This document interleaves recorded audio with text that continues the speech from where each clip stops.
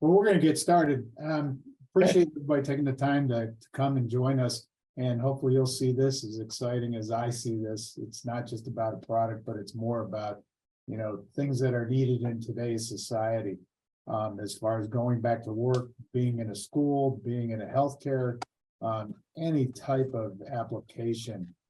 Stuart Brown is with us. He's with Nook, and he's done a lot of studying on the neurodiversity. And as far as looking at these spaces and what's needed in those with that. And with that, some quick housekeeping right before we begin. It looks like everyone has their mic muted, so thank you. And if you do have a question at any point, go ahead and you can unmute yourself and ask. This is informal, or you could just leave a comment in the chat and we'll be monitoring that. To begin, Stuart, can you tell us a little bit more about Nook and why the name? Well, actually, it's the name itself actually describes the product, because Nook, the definition of Nook is a place where small animals go to hide, and Nook actually is that, exactly that. It's an area where people go for a bit of shelter in a busy environment. nice. Can you tell us a little more, like what are the issues for new common spaces? Well, we've all we've all seen sort of in the last year and a half, since the pandemic and people coming back into the office space, and office spaces, but all shared spaces, sort of including with offices, whether it's healthcare, whether it's schools, are just common places where people now go to and get together with other people. And those spaces are having to do many different things that they weren't doing historically. They're looking outwards as well as inwards. It's been described by a leading designer recently as people coming back into shared spaces with a mild form of PTSD. So people are looking for for physical comfort, but also psychological comfort. And whilst practically making use of all the space that they have, there's a huge recognition of the fact that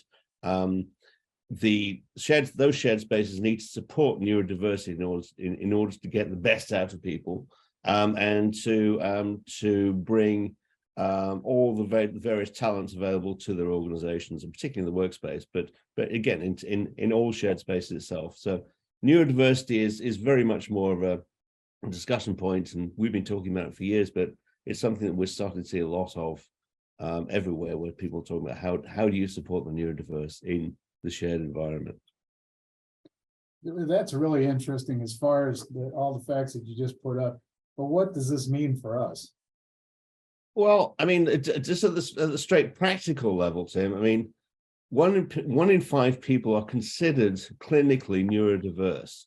And we'll get to a little bit more about what that actually means a little later on. But in essence, when you're saying that 20%, and that's 1 in 5 people around you are considered neurodiverse in the classic sense. Now, whether that's because people are being diagnosed more than they were historically, or whether the actual incidence of the overstimulated environments we live in are causing that.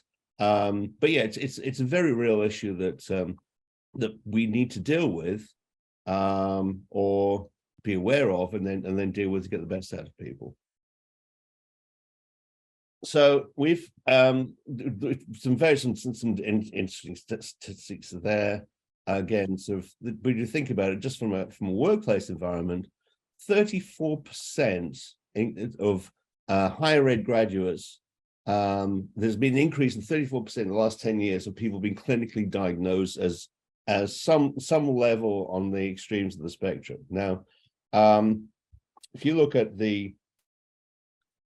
what actually just neurodiversity mean, you may have heard the word, but it's something that actually I think is probably overcomplicated sometimes. Neurodiversity in its simplest form is recognition of the fact that everybody's brain is different. And because everybody's brain is different, we all think differently. Now, traditionally, people think of neurodiversity and think about people on the autism spectrum, but the actual autism spectrum isn't black and white. It's somewhere that's it's something that actually is shades of gray more than anything else. So if you think about it, somebody's identification, somebody's skill sets can be sort of some mix of all the above, and that can change on a daily basis. So it's not whether somebody is less autistic or more autistic. It's a question of what are their skills and how do you get the best? How do you give them the environment within which they are able to use those skills the most effectively?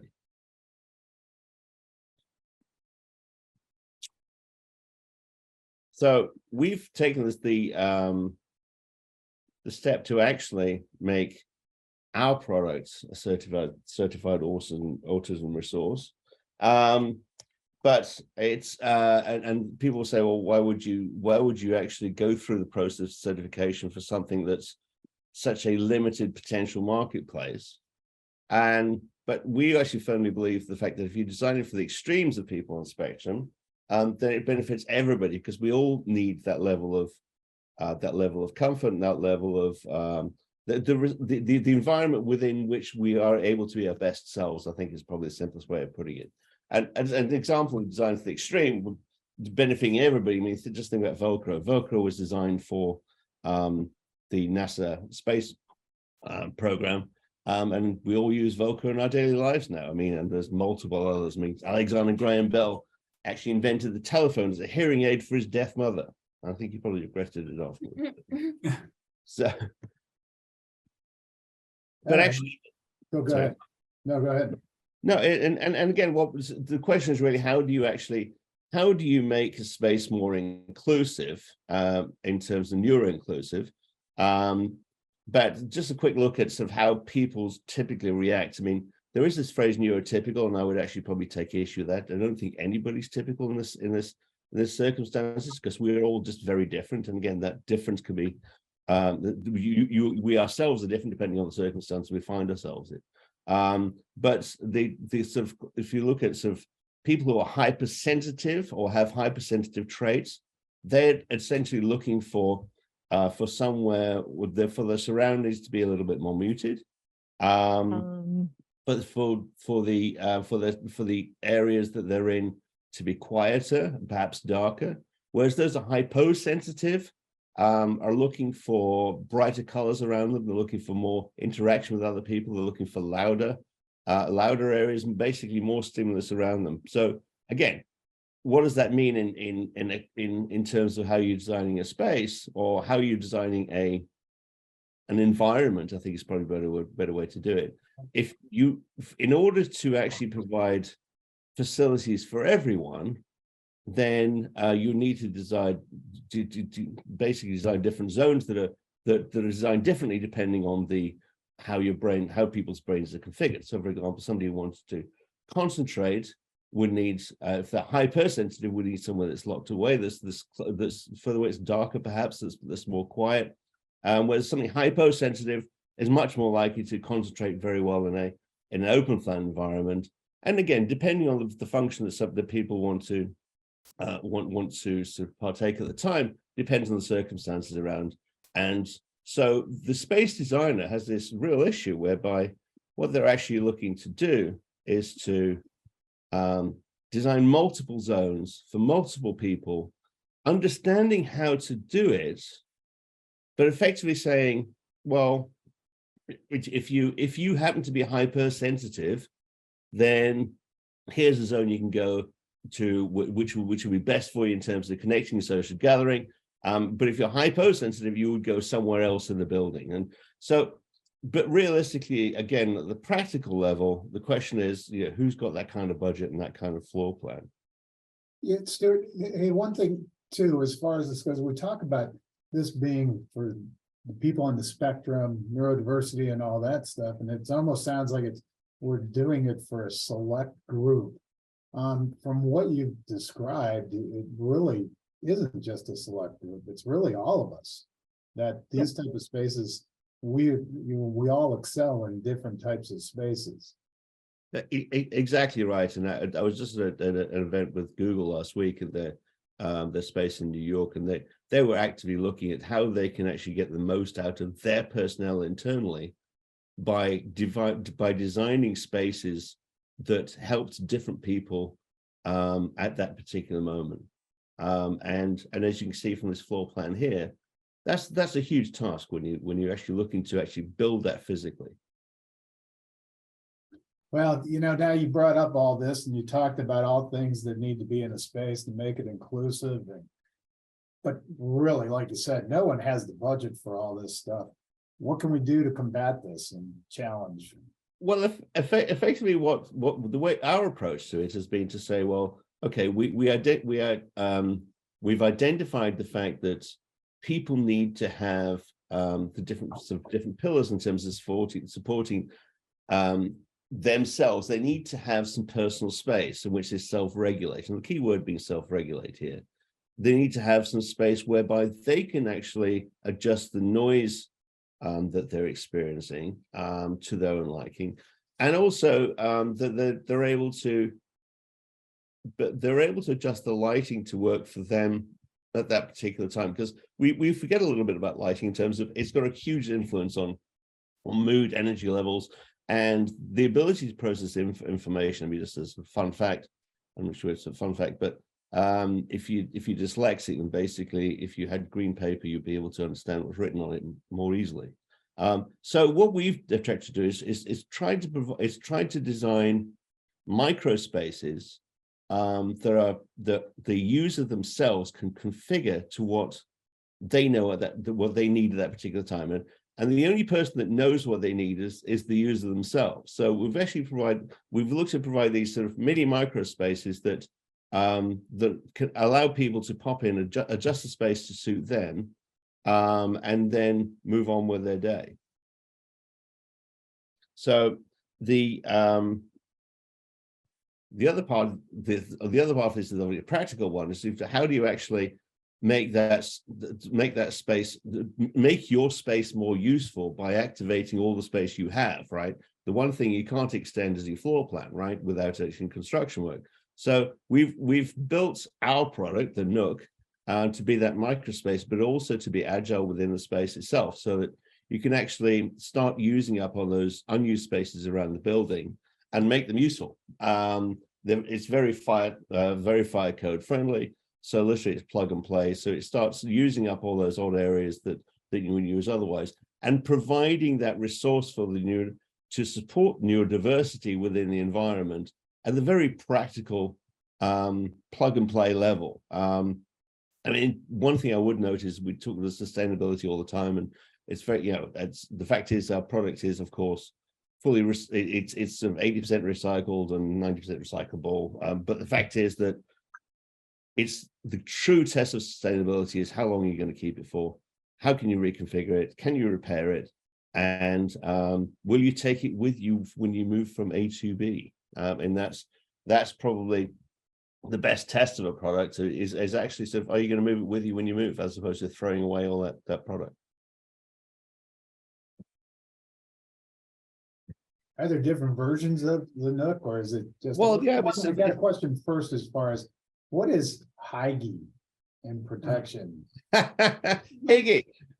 Well, actually, so, it's actually a Danish word that basically is comfort. And I mean, if you think of your sort of classic Christmas card with a fireplace, a roaring fire, and a sort of comfortable chair in front of it, and somebody in a pipe and slippers, that's probably the definition of Hygge. There is again, there are multiple different ways to pronounce it. Some pronounce it as Huggas, pronounce it as Hygge. But the fact is that however you pronounce it, you know it when you have it, which is basically, this is my space. So are there different? Yeah, we basically, it's sort of basically on a theme, as you can see, we've sort of got the same design structure. And that really is this design to these dimensions and to the shape, so it actually provides an acoustic bubble without actually having a door in it, apart from the solo, which provides a bit more of a quiet space. but yeah, I mean, so there are different versions of the Nook. We have the huddle, which we've been showing earlier, but also there's a wheelchair friendly version. It's not just ADA compliant, it's actually a wheelchair friendly version of the Nook, which is the shelter, which is great actually for you using existing furniture and providing a canopy and a shelter for everybody, but by using existing furniture within it. So you basically roll it on. They're all on wheels, they're all very agile. The solo itself is designed to take noise down to an ambient level, as opposed to a typical phone booth, which 30-35 decibel reduction in sound, whereas the solo has about 23. So it just takes it takes all the noise away, but you still feel connected to the environment. And all of the Nooks in all the different shapes and forms are all designed to fit in with the environment where they are in, the multiple different laminate and fabric options. But also to be, again, all on wheels, fully agile, movable around, but still to provide an acoustic respite, but also at the same time to be still connected to the environment that they are in at the time. Hey, Stuart, we did have a question as far as are they always on casters? Yes, we deliver them with casters. And if people don't choose not to put them on, then that's fine. But we do deliver them the casters, because every single time I've been asked that question, and we said, well, we're going to deliver the casters with you anyway, we find actually that they're always being used with the casters. We can provide skirts at the front if people are worried about nook racing at midnight, which happens I think in colleges sometimes. But yeah, other than that, yeah, because they all lock, so they're easy to move, but they're difficult to move with a lockdown. But I know we did see that one install in that dental office where they put them on without the casters, and that way people couldn't move them around. So it would just depend on, the application and what it was. So yeah, can you run us through some different examples of, the product, where it's been used, the different markets that possibly, because I think some people don't realize, I know I don't realize, what all different markets it could possibly be used in. Yeah, I mean, and again, sort of, they work in the corporate environment, and again, you see this in Okta in San Francisco, the lobby area. They're working. You can actually put them. The key thing is having that moment of quiet and that area for focus and all meeting actually close to where the users are. So in this particular case, it's actually within the floor plan for an open plan desking system. Again, lobby areas are useful. Again, using up odd spaces around. So these again are in a corporate environment, in a cafeteria situation. So it started to use the cafeteria, make the cafe or the food service area be used during the day outside of meal times, and still having a quiet moment in the industrial spaces here. Making use of unused space. You see right behind the door there. And again, so people have used them as room dividers. In this particular case, they've used the negative area here as a meeting area. But these are all corporates under stairwells.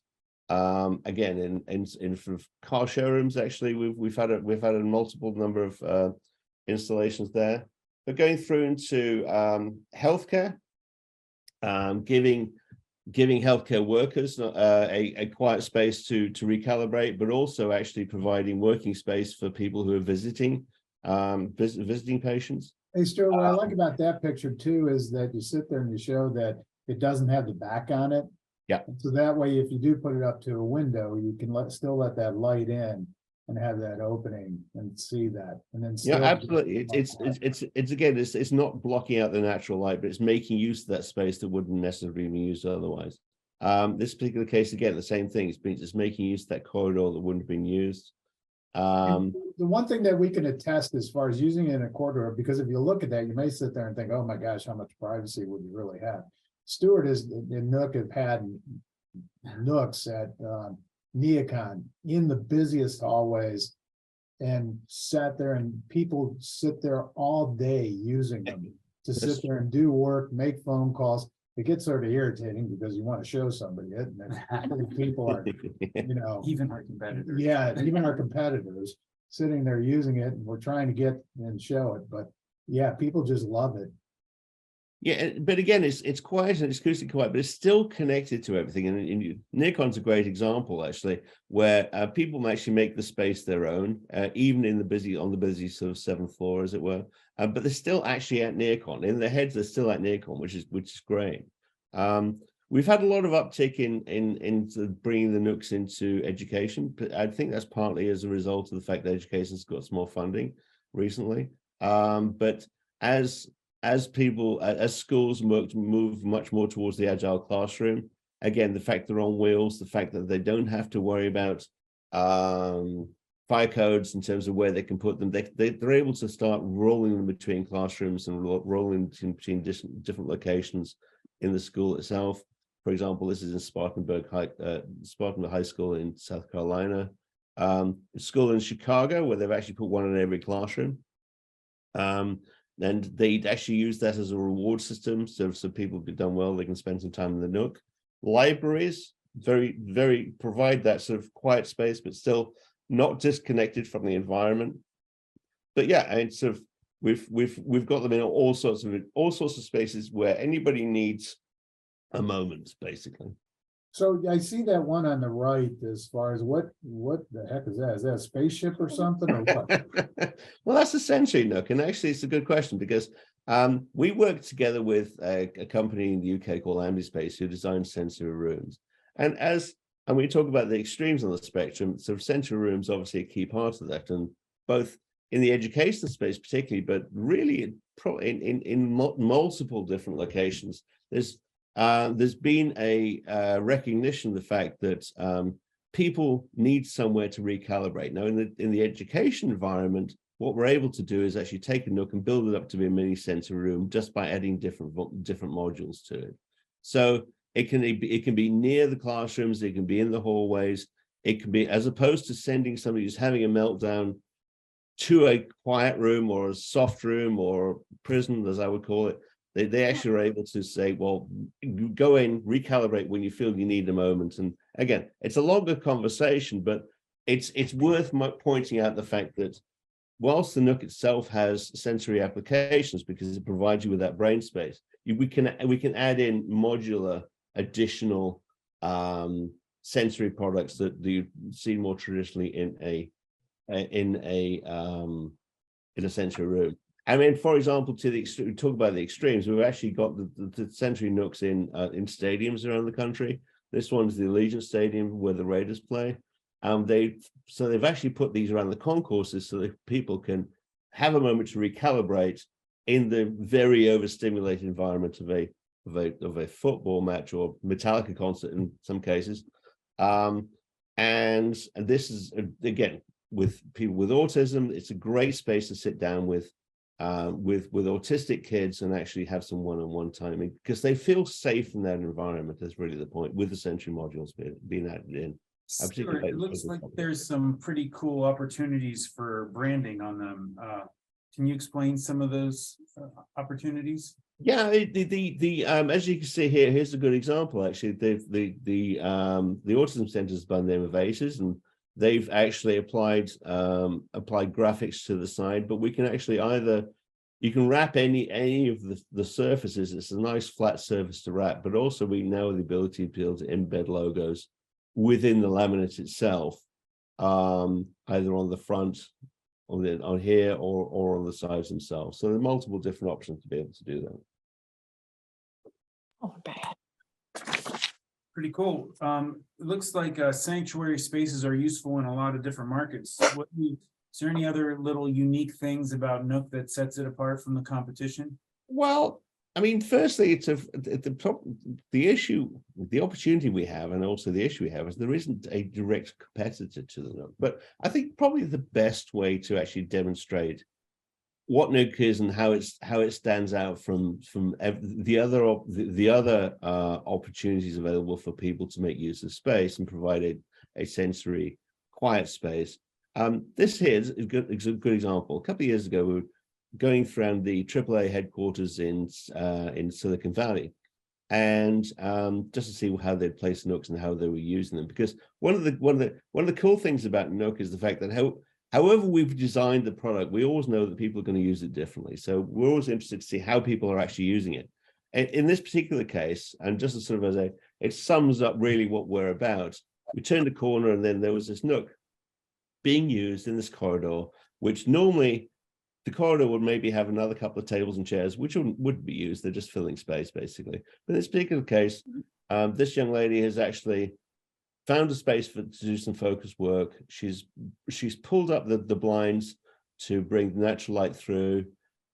She's made the space her own. She's got lots of space to do it, and she's just getting on with her day. And that, to us, actually brings us to the fact that Nook isn't just a product, and it has some practical implications, but people fall in love with it a little bit, and that's a joy to behold every time we see that. This face you see here, we see a lot. That looks like shock and awe. Yeah. you know. Well, yeah, but in a good way, right? Yes.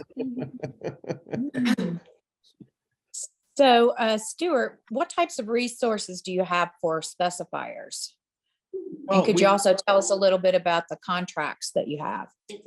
Yeah, I mean, we're on multiple state contracts. We're on TIPS. We're just waiting for Omnia to come through in terms of a bid. But we're very enthusiastic to be on contracts to help people sell into those spaces that require them.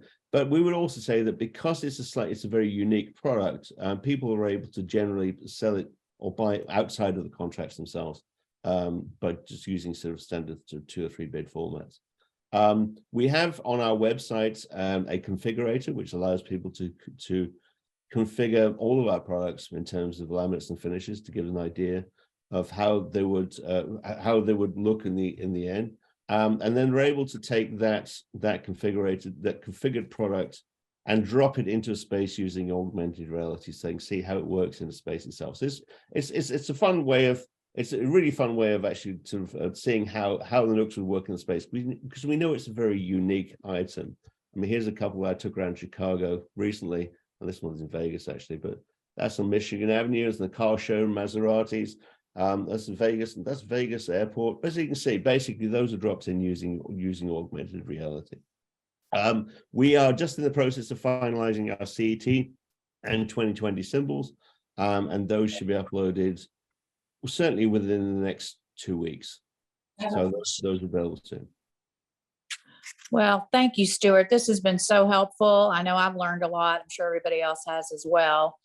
Before we move on, does anybody have any questions? I do, Michelle. Okay.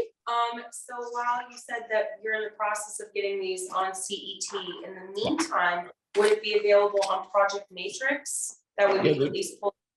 Basically, we're going the Project Matrix route in terms of the symbols. So they are available in Project Matrix right now, but we have CAD files and other 3D formats for available for download from our website. Okay, and when hopefully is that expected to be released? Literally within the next 2 weeks. I mean, I was expecting to get the confirmation today, in fact, but then another week for it to be uploaded. But yeah, if we will have confirmation, I have no doubt tomorrow, and then it'll be uploaded from there. Wonderful, thank you. Awesome.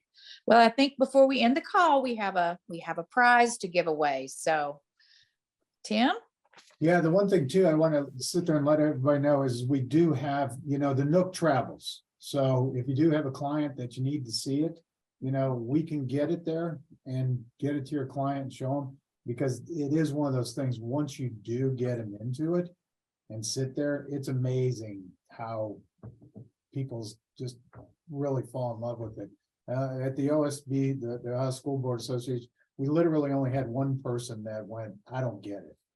Everybody else, and we were the busiest booth at that show by far.